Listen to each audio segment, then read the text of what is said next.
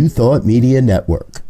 We are a global broadcast network of positive music, media, and entertainment, inspiring humanity's evolution along the journey of enlightenment and creating a world of love, peace, empowerment, and prosperity for all. New Thought Media Network. Positively inspiring.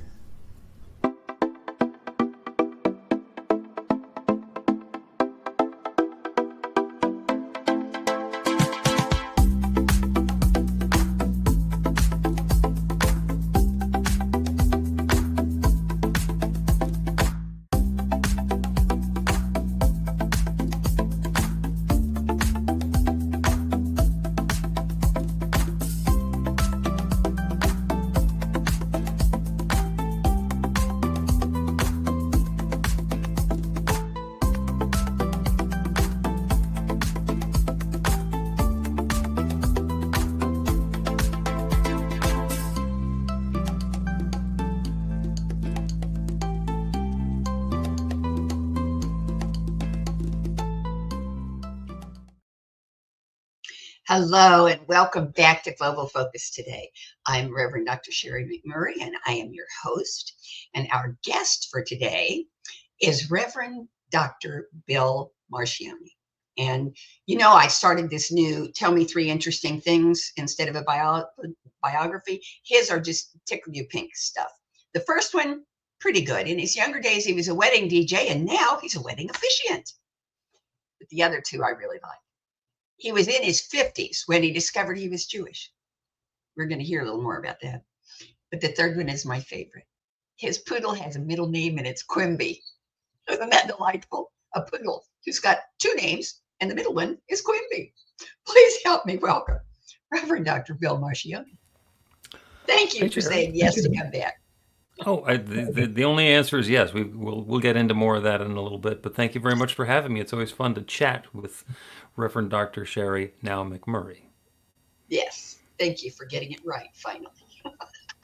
I was just mostly giving you a hard time about it. I know, but it was fun. So I am really, really tickled with your topic for today because it's a single word. But it's the most important word in the English language or any other language. And it's the only word in God's language. And that word is, take it away, Bill. Yes, the answer is always yes. And that's something that it's interesting that we know in New Thought, that the answer is always yes. And people who are not in New Thought, they don't get it. They haven't been clued in on that one. It's really strange. But yeah, the answer is always yes. And there's a lot of implications about that too. Yes, there are. Would you care to talk about them? Like, how do you get there? Because you're right. In many traditions, people would absolutely fall down dead in a faint if you said to them, the answer is always yes. But it is obvious to New Thought people. How did it get obvious? How did we realize that?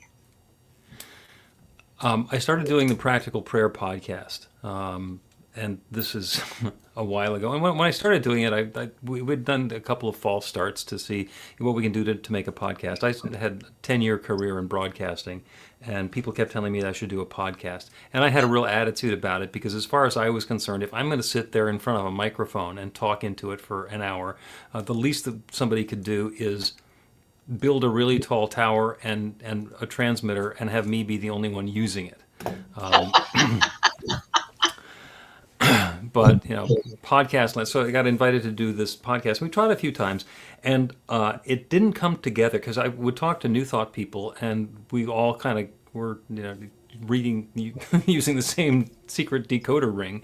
And I figured maybe there's a dozen episodes in this. And then I found my podcast partner, Carol Lawrence, and she had spent 35 years as a minister, a pastor in Christian denominations. And she was thoroughly programmed in that. She'd grown up in a Christian church and her whole family was doing that. And it was all about what she refers to as traditional religion. And we started doing a podcast and we're now at episode, I think we did episode 178 this week. because there's a lot of stuff that's baked into the belief system of people who are following traditional religion. And one of them is that when you do a prayer, the answer to the prayer is either going to be yes or no or not now. And in New Thought, we understand that the answer to the prayer is always yes. And the prayer is not the words that we're speaking, it's the belief behind the words. So if I believe that I'm going to be experiencing this new thing, that universal creative power that creates everything is going to say yes, and it's going to show up in my life. And it is always entertaining at the very least, and perplexing at and even beyond that, to have people who are doing prayers for stuff that they don't want, with the assumption that they're not going to get it. And then wondering why Jesus or God or whoever is not giving them whatever it was that they were looking for. My favorite example was, it's actually when I did my my doctoral thesis to get the doctorate. I actually had come up with a methodology for proving that prayer works, and to do it scientifically, because we know that prayer works. We've all seen that prayer works. We know empirically that prayer works. We know why it works. We understand a little tiny bit about the quantum physics behind prayer working. But as far as the scientists are concerned, it had never been proven. And so I went and found a study that had been done, and this was by cardiologists who were doing bypass surgery. And they had 1,600 patients, and this is Harvard Medical School and Mayo Clinic and like half a dozen really reputable medical schools.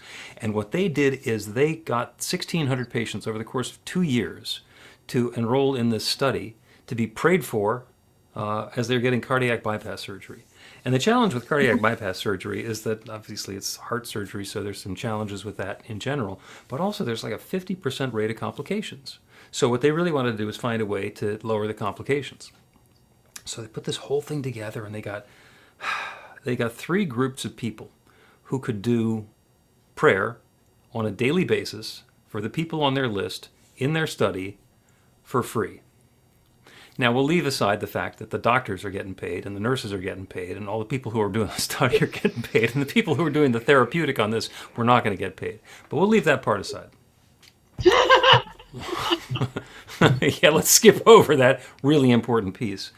One of the groups that was doing the prayer was Silent Unity, the prayer vigil at Unity Village. And I happened to be out there as I was getting this whole program together, and I got to go to the Unity archives and found their paperwork on the backside of this study, which had been sponsored by the Templeton Foundation and the National Institutes of Health. They spent $5 million on it.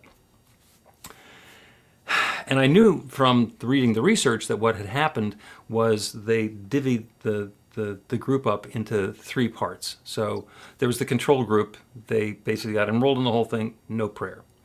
There was another group that was enrolled in the program, and they were told that they were being prayed for. And then there was a third group that was enrolled in the program, and they weren't told that they were being prayed for, and they were prayed for. So those were the three groups that they had in the study. And what happened after 2 years and 1,600 patients, and oh, by the way, everybody who goes in for cardiac bypass surgery, there's people praying for them anyway. So it wasn't like, don't have other people pray. This is have this prayer in addition. And what the study showed when they published it was that the control group, that there was no prayer being done, had about a 51% rate of complications, which is exactly what they would expect. The group that was prayed for that was not told they were being prayed for had a 57% rate of complications, so it went up. Wow. And the group that was prayed for and was told they were being prayed for had a 59% rate of complication, which is just strange. And the conclusion in the in the report was that this merits further study, which I think is that's the way that researchers say we didn't screw this up and we want some more money later, because you can. So I was at Unity Village, and I had an afternoon, then I went over to the Unity archives, and I looked at the paperwork that came in on the Unity side of this. And this is Harvard Medical School. These are some like really highbrow, academic, intellectual people who are coming in with, I'm sure, all of the bravado of, hey, we're Harvard, we know what we're doing. And there were boxes of the letters and the agreements and the arrangements and transcripts of the meetings and the notes and the minutes and all the rest of that. And in there was the actual instructions that were given to the people at the Unity Prayer Vigil who were doing the prayer. And it was an 8.5 by 11 piece of paper actually cut in half. So it was a 5.5, 8.5 piece of paper, and it had 5 instructions on it. The first one is, this is where you're going to get the names of the people who you're going to pray for. This is how you're going to check those off. Please don't pray for anybody who's not in the study. I think the fourth one was, you can do any prayer that you want, just add this affirmation to the prayer. And the fifth one is, here's how you dispose of these names once you're finished with it. And the fourth instruction, the thing that they wanted added onto every prayer, was a successful surgery free of complications. Which is a wonderful idea. Except in a universe that always says yes. If you end your affirmation with the word complications, the universe says yes. And it goes from 51 to 59% complications. They got exactly the result they were asking for, but it was not the one they wanted. Long story. I thought a fun one. Condition summed up in a single sentence. The universe we get always exactly says what we're asking for, even though it's not what we want. Right. And, in the New Thought organizations that I'm part of, I'm the administrator of the affiliated New Thought Network, and I was on the board before that, and I was a board member at the International New Thought Alliance for a while on the executive board there. And New Thought Philadelphia is also run by a board of trustees. And Robert's rules basically say, somebody comes up with an idea and a proposal, and there's a motion, and then you say, all in favor, and people raise their hand, and then you say all opposed, and people raise their hand, and then you count what the number is. And we said, let's ask for the no's first. I mean, it's polite, because if these people are about to get steamrollered, and their opinion is not going to be upheld by the rest of the group, let's give them a chance to say so first. But it also lets us end on yes. The last thing that we do is everybody gets to say yes, and then we move on. And just the feeling and the texture of that is different. So if there's anybody who's involved in the board of their local spiritual organization or church, give it a try. Try flopping Robert's rules around a little bit and and do the no's first, and then end with yes, and see what happens. And what happened? It feels better. It feels different. It does, because that's, what is it?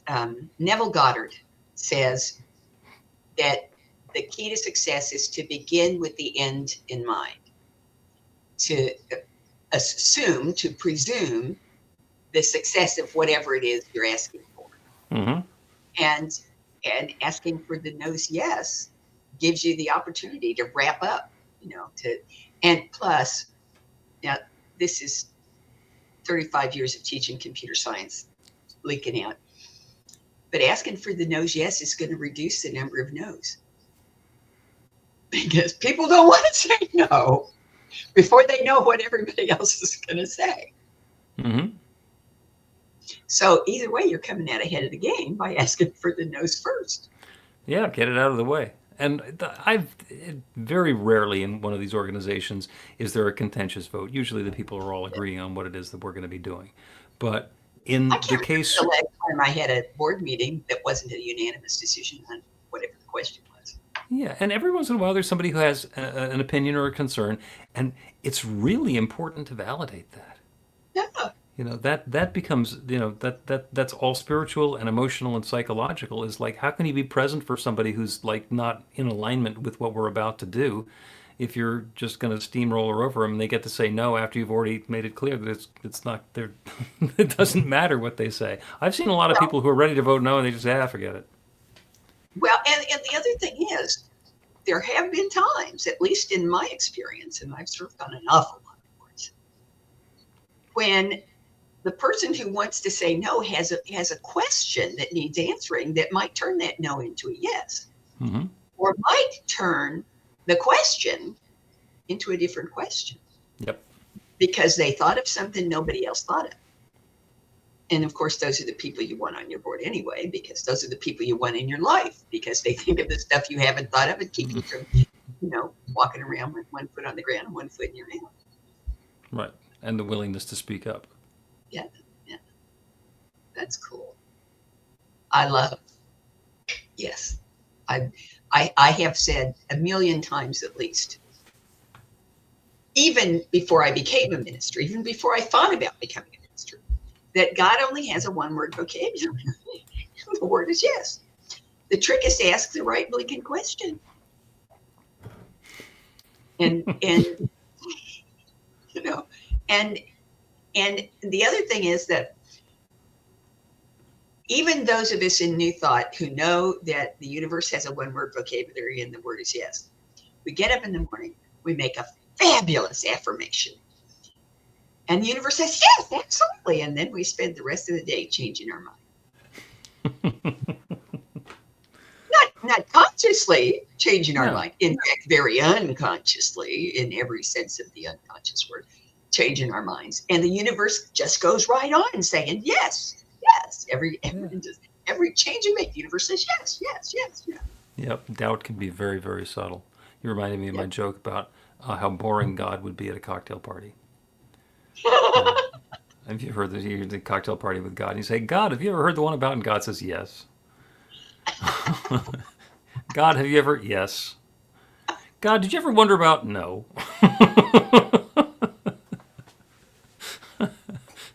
There's no richness there. God has a sense of humor. Oh, yeah. I know God has a sense of humor. I can prove it. It's all practical jokes, but yes. Well, because it is. It's exactly that. Because animals otherwise would not have their front teeth on backwards, and avocados wouldn't be more pit than fruit. That's proof that God has a sense of humor. Or, as we say in New Thought, God is a sense of humor, because God is everything. God doesn't have anything. God isn't separate from us. God is absolutely always there. The yes thing, I was thinking about it this morning, getting ready for this interview. And it occurred to me that one of the questions I frequently ask God is, how do I know blah, blah, blah? How do I imagine blah, blah, blah? How do I see blah, blah, blah in my head? Because we don't think in words, we think in pictures. And the question that I've been cogitating on for a while with God has been omnipresence. How do I conceptualize in a way that makes it, clear and complete and concise and conscious, what omnipresence looks like and feels like? And I got this lovely picture in my mind of me standing in a beautiful field of flowers and trees and nature, because I love flowers and trees and nature. And all around me is a sparkly golden mist. But it's not just all around me. It goes through me. It goes through the free trees and the flowers. It's everywhere. It's infusing, suffusing, saturating everything that exists. And I went, okay, that's a yes I can work with. There you go. That's a yes I can work with. So that's to me, knowing that the answer is always yes is only half of the knowledge. You also have to let the fact that the answer is yes shift the way you look at whatever it is you're asking the question about. Yeah, I need to put some feet on Which that one. might be a good thing, or a thing that's a question that's based on fear. And so you have to, shift that away. Yeah. One of my favorite descriptions, and it's very similar to the one that you're talking about, is if you imagine a rainstorm, and the rain, the individual drops of rain, are falling into the ocean. So that individual raindrop falls into the ocean. It's still the same water that it was when it was a raindrop, but you can't really tell.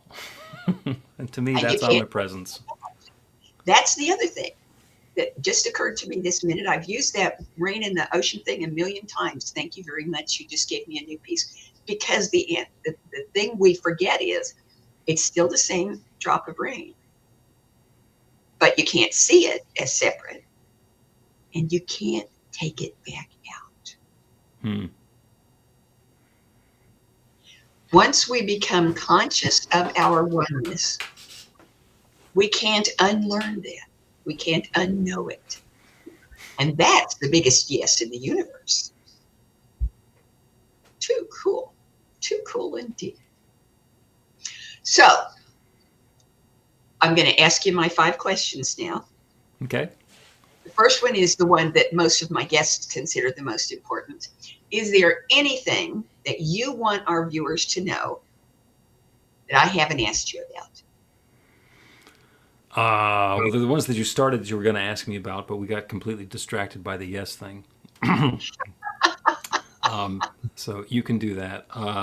Yeah, the one that I want you to ask me about, what I want to talk about is the new class that I'm doing. Oh, yes. And this is the perfect place to do that. Tell us about that new class. I love the title. Well, we do practical prayer, we do healing prayer, and so I decided to do a class, and this is kind of an offshoot of the podcast. Do healing like Jesus, because in the Bible there are stories of Jesus performing miracles and doing healings, and apparently about 40 different miracles that he is noted to have done. Some of them are very specific, some of them are kind of broad. Jesus went through town healing people. That's that's some of them. But also buried in the scripture, and not buried very deeply, are the instructions on how he did it. Because he wasn't secret about it. He said, here's how you do it. This is how you do healing. And for the people who have been in New Thought for a while, people who have grown up in religious science or Unity, Center for Spiritual Living, or Divine Science, it's very familiar. The process that Jesus used is the same one that we're using now. But we don't usually put biblical Jesus language on it. So in this class, which is going to be 4 weeks, starting in the beginning of January, it is an opportunity to go in and see where in Scripture Jesus said this is what you do and this is how you do it. And so it's wonderful for people who don't believe that they could possibly do healing like Jesus. Oh, I couldn't do that because Jesus is Jesus and I'm this lowly whatever it is over here. So people who are baked into that mindset of I don't possibly deserve this goodness. It's like, no, there's actually very clear instructions that you do deserve this and you can do it and that you are doing it. And for people who have been in New Thought for a while, who understand how to do a 5-step practical prayer or spiritual mind treatment, or whatever the technique is that you're using, it's to have a framework of Scripture. So when you're talking to somebody who's in traditional religion, you can say, "Oh no, I'm not a heathen over here. I'm not speaking in tongues over here. I'm actually just doing what your guy said to do." And and you've been doing it. Not only can you do it, you've been doing it too, and to establish what that commonality is.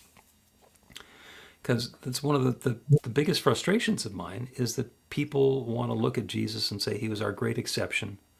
He's different than everybody else, and obviously because he was the Son of God, he could do all these things and I can't, and that's not true. That was what drove me out of traditional religion when I was 12 years old, is the part I didn't believe. Did I believe that Jesus was the Son of God? Absolutely. Yes, indeed. Did I believe that Jesus was the only Son of God? No. How could that be? How could there be 2 classes of creation in this oneness? So, and I was 12. I didn't have any context for the rest of this, but it's held true for me. And so the idea is, well, if there is one infinite creative power that creates everything, and Jesus was part of it, then what Jesus did, I can do. So let me figure out what his technique was and see if I can whip up some of that for myself and my family. I love it. I love that you were 12 when you figured that out, because that's how old I was. I was 12 when I said, no, wait a minute. Jesus did say he was the Son of God, but he never said he was the only one. In fact, he said, don't get your knickers in a knot. If I can do it, you can do it, and you can do stuff even more than this. And folks have forgotten that. So that's going to be a wonderful class. I like that. It'll be a fun class, yeah. And I was 12, and I'd been going to Sunday school my entire life, and I was in the confirmation classes, and they were answering all of the questions in great detail, except for a few of the questions where they answered, you just need to take that on faith. And I said, well, wait a second. if I have to take this on faith and everything else is based on this being true, then the whole house of cards is falling down. So I told my parents 2 weeks before confirmation, I can't do this. And I grew up in one of those very straight-laced, organized suburban families, and I was very surprised by the pod people that had been suddenly inhabited my parents' bodies. They said, "Oh, okay, really? 12 Wow. years in, you're going to let me give up on church like in one sentence? Wow, wow." And it turns out later, and this is one of the things that you brought up earlier, is that I grew up Christian in a Protestant household, and my mom was a Sunday school teacher. And we knew the family story that, that mom and her family had emigrated from Germany when she was 8, which was in 1939. So yeah, she was in Hamburg, Germany from 1931 to 1939, and we knew that her father didn't think it was a good idea to be in Germany then because he didn't like what was going on politically at that point. Nazis being on a scale of good to bad, he thought bad. Um, but it turns out it was a blended family in Germany. So there was a Christian side of the family and a Jewish side of the family. And oh, by the way, it turns out that in Germany, my family was on the Jewish side. So my mother and my mother's mother and my mother's mother's mother, all Jewish, including my great-grandmother who died in the Holocaust. And I didn't find that out until I was in my 50s. So here's my Protestant Sunday school teaching mom, who turns out that she was Jewish until she escaped the Nazis when she was 8. Like, all right, so the story keeps on changing there a little bit. Might explain why she was okay with it. Yeah, You know, it might. Yeah. she was okay. Yeah, you can leave your religion behind. There might be a reason for it. Mercy. Too cool. Yeah. Okay, next question. Okay. All right. How does what you do at Anton, at New Thought Philly, at your house, how does who you are and how you are, how does all of that contribute to, support, encourage, pick your own verb, conscious evolution? Um, Conscious evolution to me is an inside job. So the only consciousness that I can particularly evolve is my own. I can be, in some ways, a way shower, not to change other people's consciousness, but to give them a model or a boost or an encouragement to do their own conscious evolution. One of the things that came to my awareness when I found this teaching, it was probably 30 years ago, closing in on 30 years ago at this point, at 25 when I came up with this one, which is that I am here to, first of all, be a beneficial presence.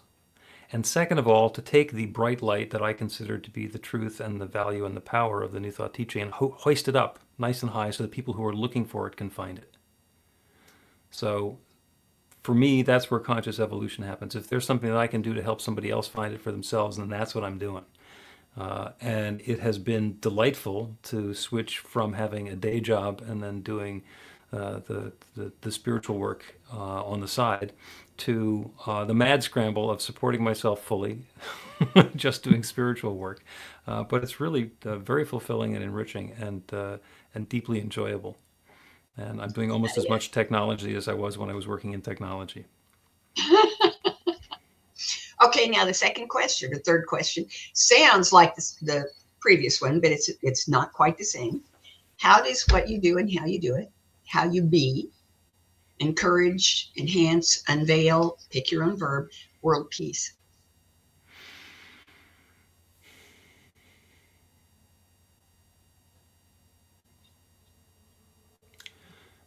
The opening lyrics of that song that lots of New Thought communities like to sing, usually at the end, is "Let there be peace on earth and let it begin with me," and that's it.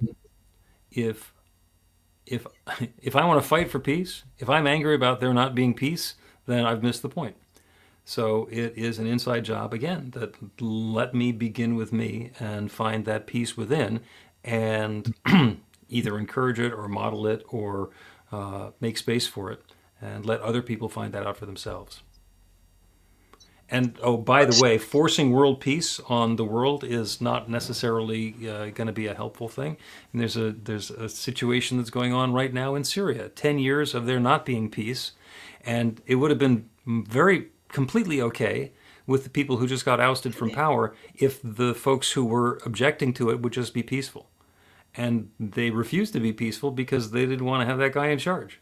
So peace is in the eye of the beholder, and we can all participate a little bit, but don't tell me that I have to stop, let go of what's important to me so that you can have peace. Yeah. And that's all long for, you can't force world peace. It's Right. not something you can impose. It has to be something that comes from the inside out. So I like that very much. If there are Okay. people who are upset about something, upset about an injustice, then telling them that you want peace, does that mean they have to be okay with the injustice? No, I'm with you. I got it. I like it. Okay. And as long as there are folks like you out here, I think there's at least a chance for us to eventually work our way up to world peace. So here's my next question. You want Okay. to close your eyes because you have to use your imagination. This is the one that's the most fun. Okay. Now, we are working under the presumption that every single thing is going to go exactly the way you want it to go. Every event, every encounter, every relationship, every experience, every possible thing is going to go exactly the way you want it to go for the next 10 years. Then 10 years from now, what does Reverend Dr. Bill Marchiony and Anton and New Thought Philly look like? And practical prayer.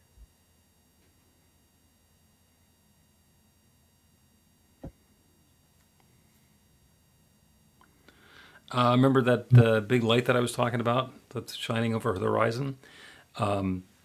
Huge investment in making that light be brighter and higher, and doing everything possible to encourage people to come and find it, and to fine-tune the language so that there's not nearly as much resistance.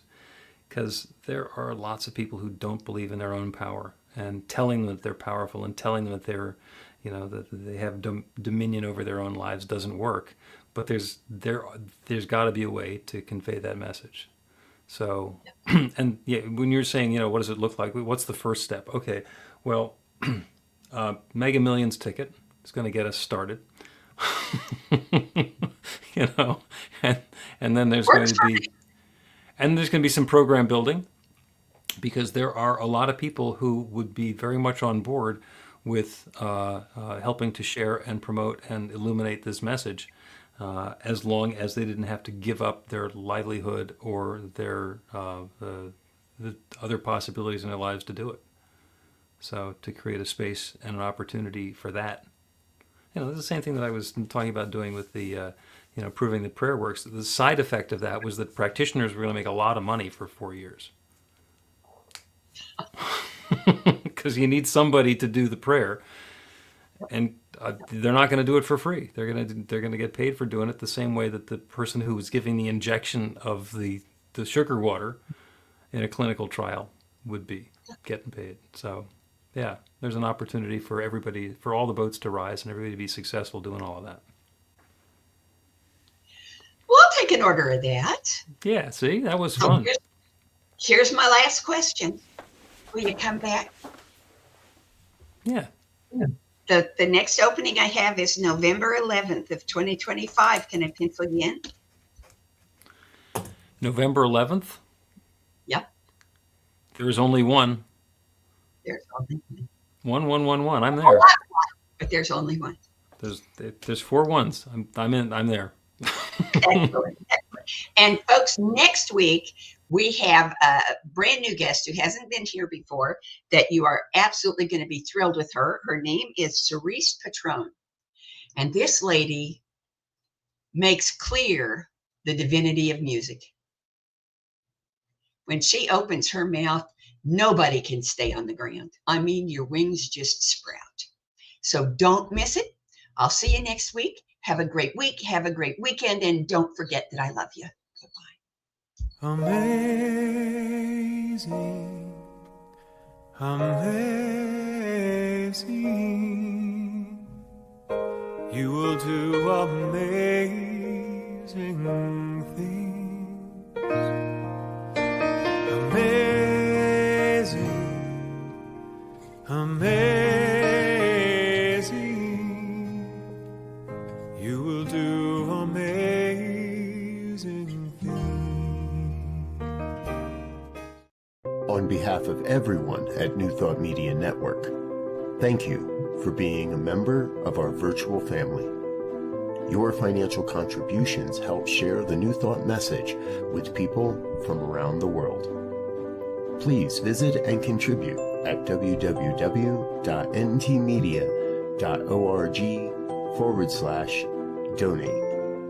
New Thought Media Network, come be you. And please like, share, and subscribe.